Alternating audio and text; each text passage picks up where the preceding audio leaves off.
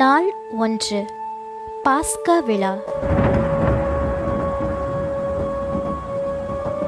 விவிலிய விழாக்கள் இறைவனுக்கும் மனிதனுக்கும் இடையே இருக்கும் ஆழமான உறவை வெளிப்படுத்துகின்றன. பஞ்சம் பிழைக்க இஸ்ரேல் மக்கள் எகிப்து நாட்டிற்கு வந்து சேர்ந்தனர். அவர்கள் பல்கி பெருகி பெரிய இனமாக உருவாகினர். எகிப்திய மன்னன் அவர்களை அடிமைகளாக நடத்தினான். சுதந்திரமாய் வாழ்ந்த இஸ்ரேல் மக்கள் எகிப்தில் அடிமைகளாய் அவதிப்பட்டனர்.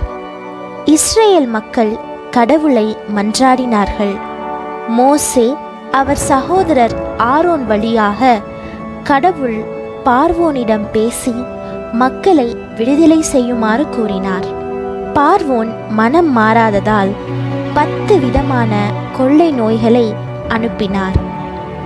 நிசான் மாதம் 14ஆம் நாள் 1 வயது நிரம்பிய ஆட்டை பலியிட்டு அதன் இரத்தத்தை கதவு நிலைகளில் தடவ சொன்னார்.